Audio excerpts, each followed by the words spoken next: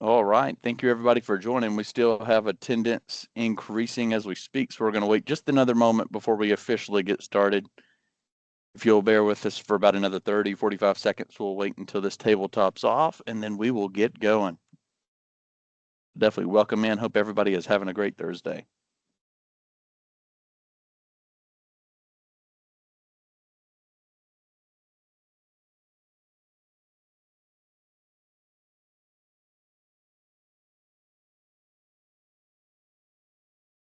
All right, I'm starting to see the attendance tabletop off. There's still going to be some people joining us, but we will be respectful of your time. Go ahead and get started today. So again, good afternoon, everyone, and welcome to MAD Security's July Town Hall. I'm Adam Starnes, the Manager of Customer Experience and Account Management here at MAD Security, and I want to thank each and every one of you for taking the time out of your day to join us. We've had a lot of people join us for the first time today.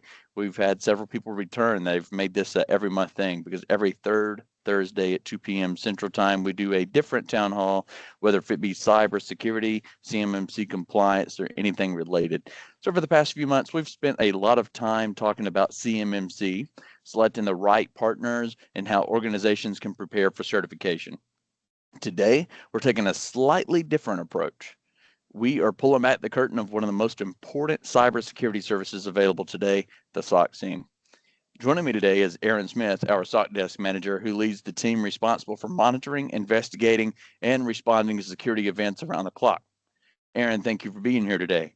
And then we're also going to be joined by Jaclyn Jones, our GRC Lead, who will help us connect today's conversation back to CMMC and explain how the SOC services support organizations pursuing compliance. Our goal today is simple.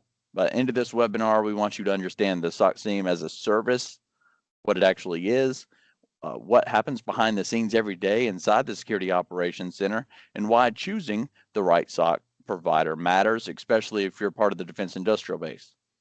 Make sure you stick around until the very end because, as always, we are going to have some giveaways for you at the end of this webinar. Plus, we're going to have a live Q&A session where you can ask Aaron, Jaclyn, or myself questions live, whether if it relates to the SOC SIEM solution, whether if it relates to CMMC, or both. So before we jump into today's discussion, I actually want to clear something up because this subject causes a bit of confusion. And it's basically just the definition of what SOC is. When people hear the word SOC, they can be thinking about one of two completely different things. The first meaning is the Security Operations Center as an organization. That's really what MAD Security is in a whole. We're headquartered here in Huntsville, Alabama, and as a Security Operations Center, we provide a variety of managed services and compliance services.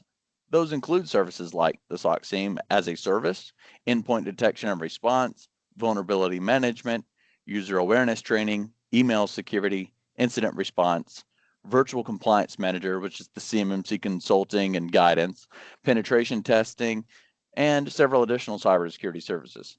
But today we're narrowing our focus for the most part, and we're going to talk specifically about the SOC SIEM as a service. The managed service is responsible for collecting security logs from across your environment, identifying suspicious activity, investigating alerts, and helping organizations detect and respond to threats 24 hours a day, 7 days a week, 365 days a year. So Aaron, let's start with the basics. If someone asked you, what exactly is SOC SIEM as a service, how would you explain it in plain English? Oh, absolutely. In plain English, I would describe SOC/SIEM or SIEM as a service, as a central security command center for a customer's environment. Instead of asking a business to look across firewalls, servers, endpoints, cloud platforms, identity systems, and other tools one at a time, we bring all that security information into a centralized platform, which is the SIEM or SIEM. From there, our SOC analysts monitor that activity, investigate alerts that require human review, determine what is meaningful, and escalate issues based on the customer's agreed process. The goal is to identify suspicious activity early, separate real risk from routine noise, and help the customer respond before a security event becomes a larger incident. Yeah, I really like that explanation because at the end of the day, technology helps us collect information, but it's the analysts who provide the context and informed decisions. That's really what today's conversation is all about. Yep. So, one of the biggest misconceptions about security operations centers is that analysts spend all day staring at giant computer screens waiting for the hackers to appear. And the reality is that it's much different. Your team is constantly monitoring, investigating, documenting, communicating, threat hunting, adapting to new threats. Aaron, can you walk us through what a typical day looks like at Mad Security? What a day in the SOC actually looks like? What are the analysts actually doing every single day? Sure. A typical day in the SOC, let's say, just starts with a strong shift handoff. Because we operate around the clock, analysts are coming into an environment that is already active. So the first step is understanding what happened during the previous shift and understanding what you're about to get yourself into, essentially. We review overnight activity, open alerts, active tickets, customer communications, and anything that needs follow-up. From there, analysts monitor dashboards and alert queues, investigate security events, validate whether activity is expected or suspicious, and document what they find. Throughout the day, the team may be communicating with customers, escalating confirmed concerns, perform threat hunting, updating playbooks, tuning detections, or improving internal procedures based on what we are seeing. So it is not just watching screens. It is a continuous cycle of monitoring, investigation, communication, documentation, and improvement. No 2 days are exactly the same because the threat landscape, customer environments, and business needs are always changing. Yeah, absolutely. There's so much that goes into it. I had no idea. I wasn't from this industry originally, and it's a lot. I think all your points are very important. Cybersecurity isn't just reacting to incidents. It's continuous process of monitoring, validating, investigating, documenting, improving, like you said, being proactive. And that's what leads us to the next question that we hear more than any other. And we're going to get to here in a moment on this next portion. Just what does 24/7 monitoring actually mean? So we're going to move on to that portion, talk a little more about it. Again, one of the phrases that you hear all the time is that 24/7 monitoring. We spoke about this a little bit on the last slide, but I want to stay here just for another moment. Also, I've really come to find that almost every security company says that they monitor your environment around the clock. What does that actually mean? Are analysts literally watching the screens every second of every day, or alerts just popping up nonstop? So, Aaron, if somebody were to ask you, like, what does 24/7 monitoring really mean? How would you explain it? That's a great question.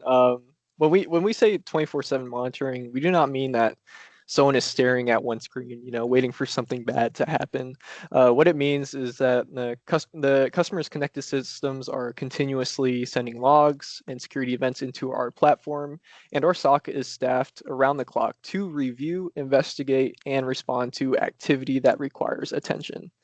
The SIEM helps organize and prioritize events using rules, analytics, threat intelligence, and known indicators. Then our analysts bring human judgment to the process. They ask questions like, is this normal?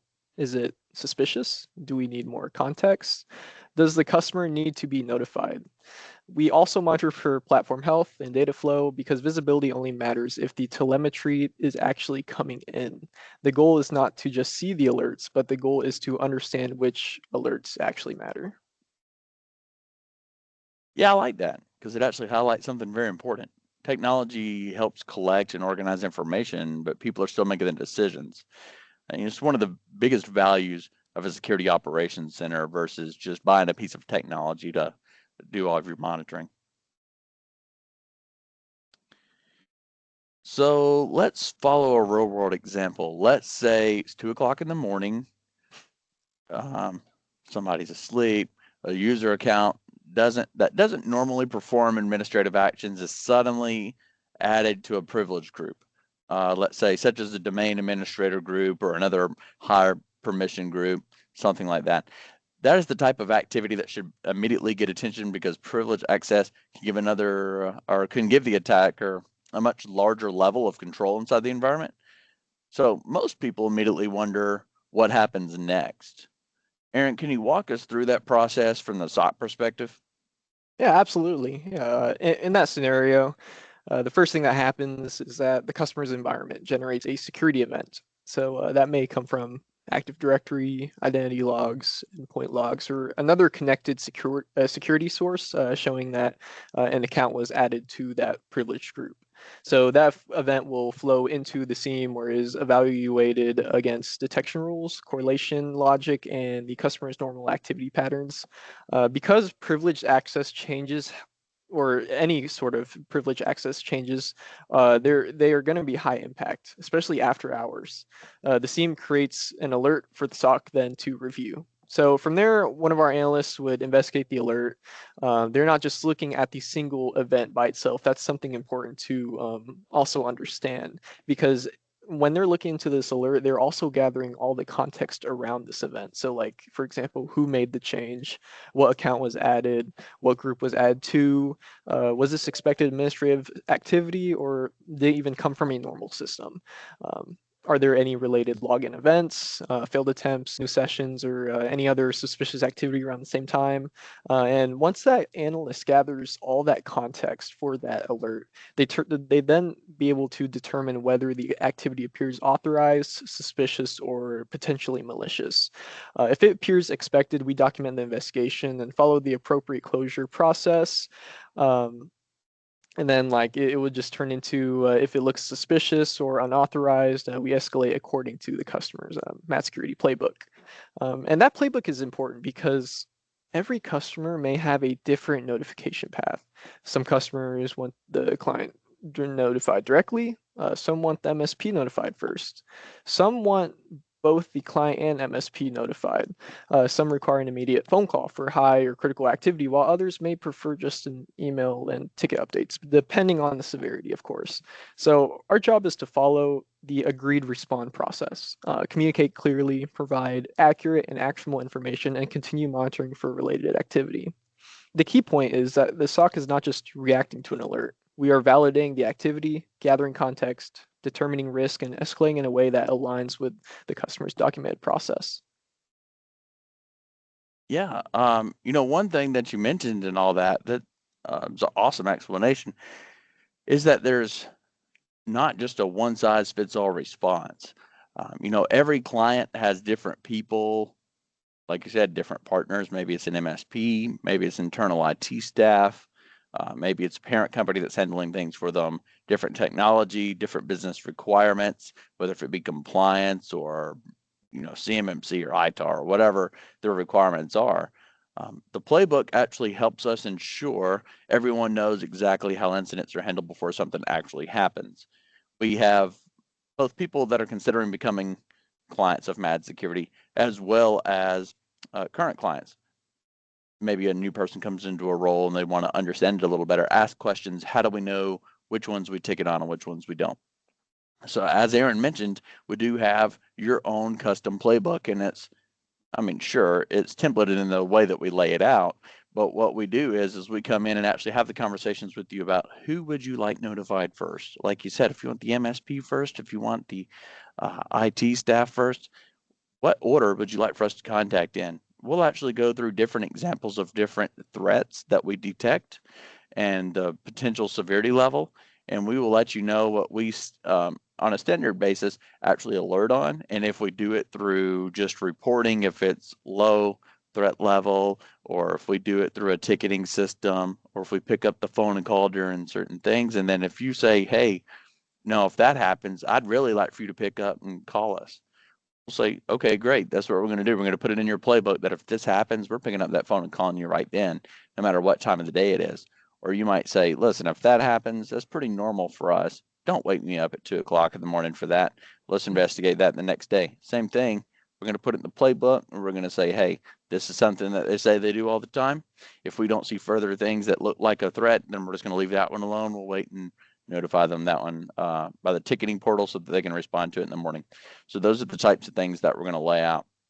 You're also going to have all different sorts of preferences and hours and what to do when. So I just want to lay out there that not every security operations center is like this, but one thing that is great about Aaron and his team is they're going to do whatever they can to customize the experience so that you're actually getting a great experience with the security operations center. We hate to just throw something at somebody and say, well, I'm sorry, this is just the way we've always done this, and that's what you're going to get from that point.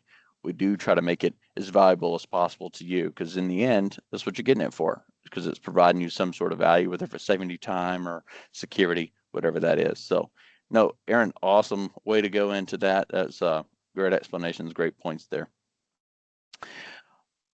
Okay, so we're going to go into now investigation before escalation. A misconception that we hear quite a bit is that every alert means something terrible has happened. So, for instance, we might review alerts or threats that were detected with someone, and they'll be like, how come you didn't take it on that? Well, fortunately, that's not the case. Not every alert means something terrible has happened. So, Aaron, before your team ever contacts a customer, what happens internally? How do analysts determine whether something is actually a threat or simply unusual activity? Yeah, Adam. Before we contact a customer, we validate as much as we can with the visibility that is available to us in the SOC. The analyst gathers additional information, reviews related events, compares the behavior against threat intelligence and known indicators, and looks for context that explains whether the activity is expected or suspicious. Not every alert becomes an incident. Some alerts are tied to legitimate software updates, normal user activity, approved administrative actions, or false positive that just needs to be tuned. Our job is not to create noise. Essentially, our job is to reduce it. When something does require customer action, we want the customer to receive useful, accurate, and actionable information, not just a raw alert with no context. So whenever possible, we investigate first, eliminate the false positives, and then escalate when there is a clear reason to involve the customer. Yeah, nothing's worse. I've heard the horror stories from different SOC providers or somebody that tries to bring SOC internally, and they'll be like, "Man, I just get alert fatigue all day long." So I mean, that's something that is that you guys have really become experts in, been able to tune that out, be able to get rid of the false positives so they're not exhausting the side on the client side. It's probably one of the biggest takeaways so far. Just because an alert exists doesn't mean that your organization has become compromised. So having experienced analysts investigate those alerts before escalating them to the client, it helps the organizations understand and focus on what actually matters.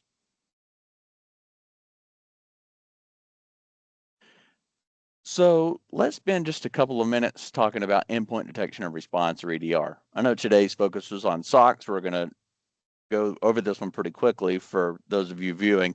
But one question that we get fairly often is, do I have to use Mad Security's EDR if I want to use your SOC? And I'll go ahead and give you the short answer, which is no. Our SOC is capable of integrating with many different technologies. However, Aaron, can you explain why pairing our EDR with our SOC often gives customers maybe the best overall experience? Yeah, of course. Like, again, pretty much how you said it, it's not required, but our SOC can support many different technologies. And the priority is making sure we have the right telemetry from the customer's environment. That said, when our EDR is paired with our SOC platform, analysts usually have a stronger endpoint visibility and more context during those investigations. Endpoint data often tells the story behind an alert. So it can show like the processes that ran, what file changed, what users were involved or was involved, what network connections were made, and what happened before and after the suspicious activity. A tighter integration can make that context easier to access, reduce delays during investigation, and improve response capabilities. But it could also simplify management for the customer because the tooling and operational processes are aligned. So again, it is not required, but the tighter the integration, the more context our analysts have to make informed decisions. Exactly. It's not about requiring one specific technology. It's about making sure the Security Operations Center has as much information as possible and everything that it needs to effectively investigate and respond to threats. Whether that's through our EDR or another supported solution, the goal remains the same, which is just basically helping you protect your environment. I'll quickly go over a way that somebody summarized it to me one time. It made a lot of sense to me, being originally not from a technical background. I understand more now, but whenever I first came into the industry, someone said, hey, listen, having our SOC and our EDR sort of works like this. If we have someone else's EDR, that's perfectly fine. Once again, if they prefer the technology, that's great. We can tell, for instance, if we were to use a house analogy, that someone broke in the window. We'll find the broken window. This is where they came in. But if you use the MAD Security EDR with the MAD Security SOC, we can also have some visibility into where they came from before they got to the window and where they went afterwards before we actually get to the threat itself. So with that being said, it just gives more visibility.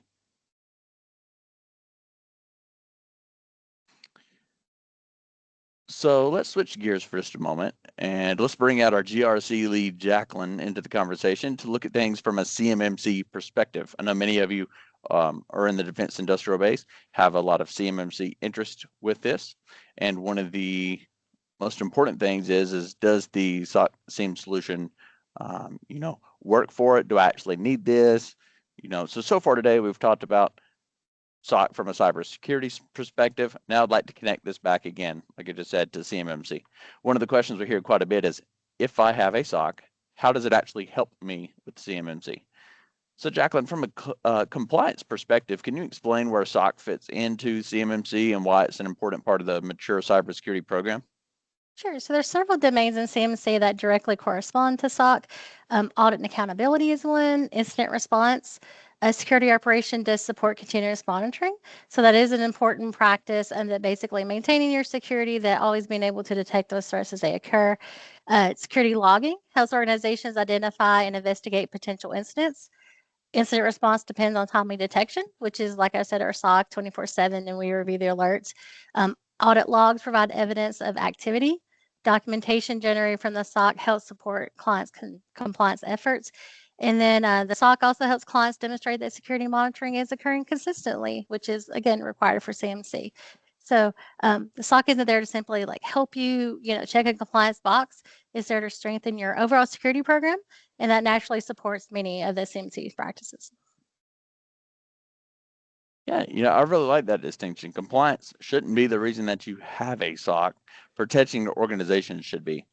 It just so happens that having a mature security operations center also helps support many of the CMMC practices that you've already expected to implement. Yeah, we hear that quite a bit. They're like, man, I got to get this SOC for the CMMC purposes. But really what it's doing is it's helping be that protective layer there for your controlled unclassified information and any other data that you have at that point.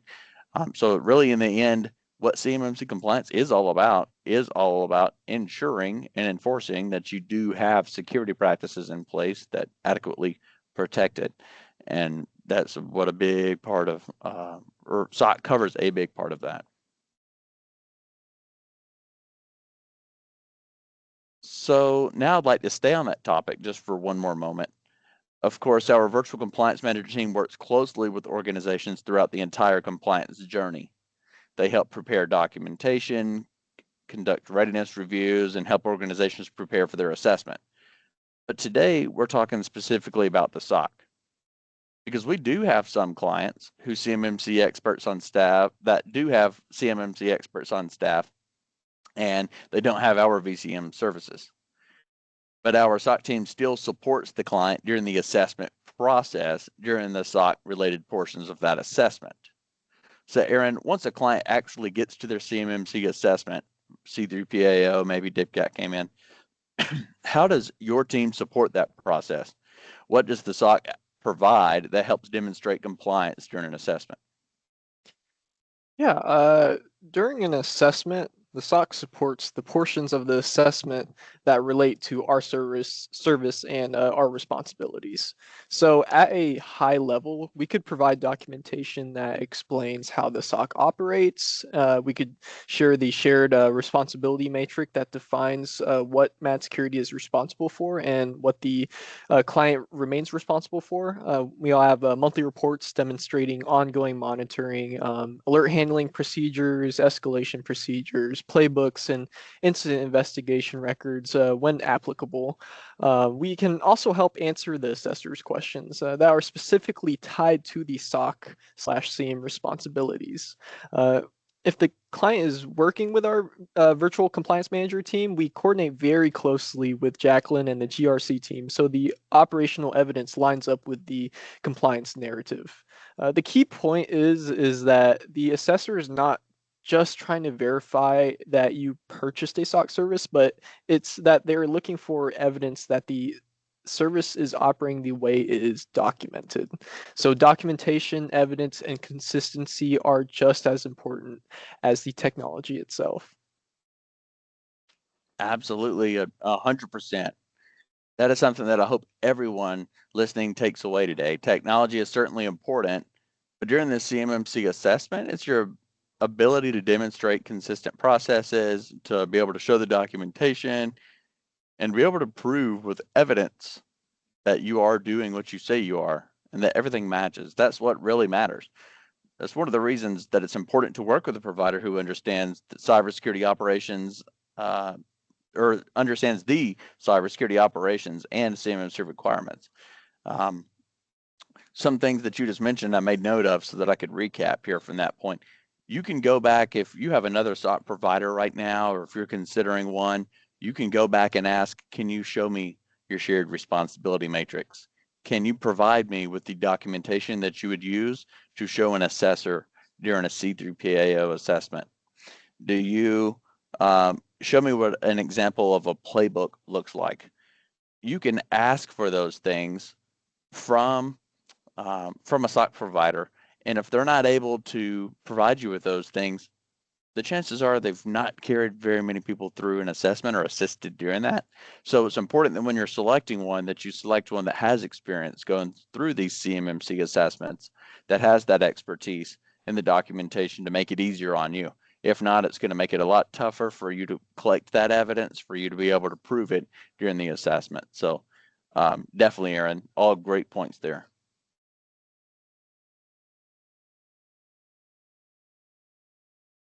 All right, so we're going to look at what I've got on the screen here just for a moment. This is something that our Director of Operations, Brad Proctor, had quoted whenever we got the ranking alert back from the MSSP alerts. He said, "MAD Security does not pursue rankings, we pursue excellence in execution. This recognition is the result of disciplined work, clear focus, and a team that refuses to accept minimum standards. Breaking into the top 100 validates the path that we are on and the trust our clients place in us." And that's exactly it. We've spent most of the day talking about what a security operations center does. I would just like to finish just for a quick moment talking about what makes MAD Security different.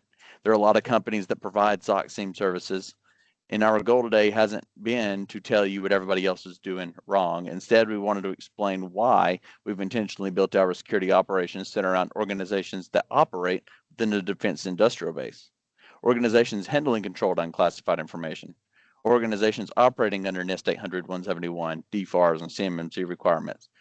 Recently, MAD Security was recognized as the number 95 managed service provider in the world. We're definitely proud of that recognition, but again, as Brad had quoted there, the number is not what we're chasing for that. We are not happy with the ranking itself, but just the validation of the people, processes, and standards our team will bring to work for you every day. Is basically that we have that narrow focus. Further, that shows that we specialize in cybersecurity operations and CMMC compliance readiness and the DIB. And there's very few companies in the country that does exactly what our team does. We don't say that to boast, but we say it because our entire company has the purpose built to solve unique cybersecurity and compliance challenges, mainly with government contractors and people within the defense industrial base. So Aaron, you've been a part of our SOC team for quite some time now. From your perspective, what do you think truly separates MAD Security from many other SOC providers? That's a great question. I would say, from my perspective, one of the biggest differentiators is that MAD Security understands the environments our clients actually operate in. So a lot of SOC providers can monitor alerts, but organizations in the defense industrial base have additional concerns. They're dealing with controlled unclassified information, NIST 800-171, DFARS, CMMC, assessor expectations, documentation, and evidence. It's a lot. So our analysts operate with that context. We also have strong collaboration between the SOC and GRC teams, which matters because security operations and compliance should not be completely separate conversations. Mature playbooks, clear escalation processes, customer communication, accountability, and continuous improvement are just all a part of how we operate. We're not just monitoring alerts. We're helping organizations build a mature security program designed around the regulated environments that they actually work in. Yeah, absolutely. Aaron, that's excellent. Thank you so much for all of your input. Thank you, Jaclyn, for your CMMC input. Aaron, I appreciate you giving everybody the behind the scenes look at what really happens within the SOC. And listeners, at this point, we'd love to hear from you. We're going to go ahead and move on so that we can get to answering questions that you have, which is most important, making sure that you get what's valuable to you out of today's call. So we're going to go ahead and move on over. And if you will go ahead and submit your questions, we hope that you've learned quite a bit already today, but we've hopefully also pulled back the curtain on what happens in a SOC. But I know that you've got a lot more questions. So go ahead and submit your questions. We'll get to as many as we can in the order that they are received. If we can't get to all of them today, we're only going to have about 9-10 minutes here because we do want to get to the giveaways before we leave today. So go ahead and get those submitted. We'll get them in the order we can. You can ask them again to myself, to Aaron, to Jaclyn. If you have one in particular that you would like to answer, please specify. If not, then we will answer them the best we see fit here.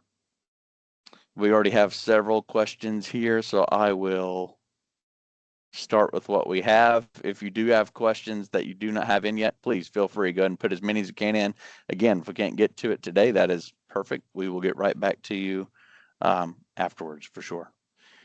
All right, so the first question that we have here, let's see, this one's addressed to you, Aaron. It says, do I need a SOC if I already have an internal IT department?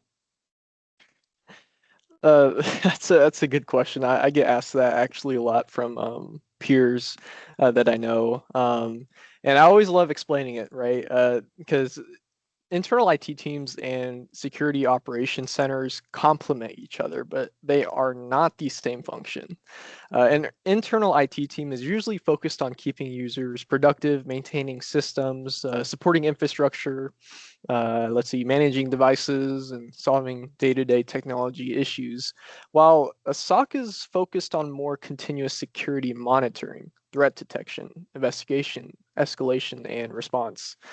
I would say some larger organizations build both capabilities internally. Many organizations choose to partner with a SOC provider because maintaining a fully staffed 24/7 security operations team can be difficult, expensive, and specialized. So a SOC gives the IT team a dedicated security operations partner in a sense, and especially for after-hours monitoring and investigation. Excellent. Yeah, no, great answer, Aaron. Thank you very much for the question. We'll go ahead and keep the train moving here. We had a lady ask, Aaron, it looks like this one will be a good one for you to answer as well. We did answer a little bit of this during the presentation, but we're going to go ahead and recover it again just in case listener wasn't here for this portion. Do I have to use MAD Security's endpoint detection with your SOC? Yeah, no, it is not required. Our SOC supports a range of technologies.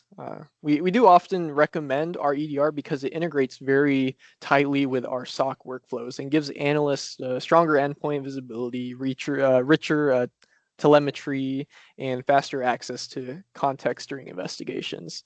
And that can make investigations more efficient and can improve response options. But the goal is to not force a specific product on you, right? The goal is to make sure that we have enough visibility to help protect the customer's environment effectively, basically. Yeah, absolutely. No, another good question. Thank you so much for that one. Jaclyn, this one's in relation to compliance. Let's do this one for you. Gentleman had a question. Does having a SOC automatically make us CMMC compliant? No, it does not. A SOC is an important part of a mature cybersecurity program, but CMC is much broader than one service. Compliance includes areas such as governance, policies, procedures, risk management, training, asset management, many other security practices. So the SOC does support several CMC practices, but it is one component of a much larger compliance program. Yeah, absolutely. No, great explanation. It's a great way to sum it up. For the person that asked the question, just so you know, MAD Security can assist with a lot more of those things. We can actually consult through all of it, and we can provide services for several things. But the SOC SIEM solution that we described today itself, as she said, does not make you compliant automatically, but MAD Security can help you get there for sure. All right, let's see. It looks like we're gonna have maybe time for one or two more. Again, keep putting them in there because we do have more that we're going to be able to get to today, so we can follow up with you afterwards. Aaron, what should organizations look like? Sorry, I read his question incorrect. What should organizations look for when selecting a SOC provider? What should organizations look for when selecting a SOC provider? I would encourage organizations to look beyond the technology and the marketing language. Ask how the SOC is staffed. Like confirm whether monitoring is truly 24/7 as they say it is. Ask how alerts are investigated, how incidents are prioritized, how customers are notified, and what documentation or reports are provided. I would also ask what the escalation process looks like and how playbooks are maintained and how analyst quality is measured. For organizations operating in the defense industrial base, I would add one more point. Make sure the provider understands the NIST 800-171, DFARS, and CMMC, because that knowledge becomes very important because you need a provider who can support both operational response and the documentation and evidence expectations that come with regulated environments. Yeah, for sure. One thing that you mentioned, it seems easy. It seems like, well, duh, but you would be surprised how many SOCs you contact, and they'll be like, yeah, we're open 8 to 5, which is fine. Yep. If the bad actor is in your same city that's trying to hack into your system. But you want that around the clock. So the 24/7, you'd be surprised before you ask how many are not actually 24/7. So no, great list of things to check on for sure. Okay, either of you could really answer this one, maybe both of you, we'll see. But this lady asked, if you could give one piece of cybersecurity advice to an organization today, what would it be? It's a hard one. There's so many I want to pick. I want to almost say all of them, right? I think I got one. Jaclyn, is it okay if I? Yeah, you go first. Go ahead. Yeah. Go first. I'd say do not wait until after an incident to understand your security posture. I'd say the worst time to discover that you do not have visibility, escalation paths, or a response plan is during an active incident. Because those capabilities, you want to build those things. You want to build those capabilities, and before you need them, just make sure that you know what is being monitored, who gets notified, and how decisions are made and how incidents are documented. Because cybersecurity is much more effective when it's proactive, measured, and repeatable. Yeah, Jaclyn, do you have anything that you'd like to add to that? Sure, I'd like to add, don't think of compliance simply passing a certification assessment and think you can get through the assessment and then, it's essentially done, go back to doing anything else you want to. Just think of it as building a stronger security program. So organizations that focus on improving security in general, you'll find that the compliance becomes much simpler and easier because many of the practices that's going to be required by CMMC will naturally fall into place if you're building it with a security in mind, which is great because it's just, protects your organization, protects your environment, and secures, the defense industry base. Yeah, 100%. Great advice from both of you. I love these types of questions. Thank you so much for asking it, because those are the types of things that make us think and gives us something a little different. And it's going to not only be helpful for you, but helpful for other listeners, hopefully as well. So definitely thank you so much for doing that. We've got some others here. We're not going to be able to get to everything today just because I do need to get to the giveaway portion. While we run here for the next 5 minutes, if you do think of something that you forgot, please put it in the chat because we can get back to you afterwards. We're not going to leave you hang in and never get back to you. So go ahead and put those in there. I'm going to go ahead and move on to the giveaways here that we have for you. We do have the free pre-assessment. Is going to be a pre-assessment for CMMC assessment readiness, 31 questions that say yes, no, not sure. And based on how you answer is going to give us a good idea of where you stand and if you are indeed assessment ready. You're also going to have the free CMMC bundle. I won't go into the detail of what all's in there today, but there's some things about scoping, things about CMMC as a government contractor. There are some things about how to select and build an enclave. So great information there. We've also got a lot more on the website as well in addition to that. So you can get that bundle. You can take a look around our CMMC page. We have the free CMMC assessment guide, actually giving tips on preparing for the assessment itself.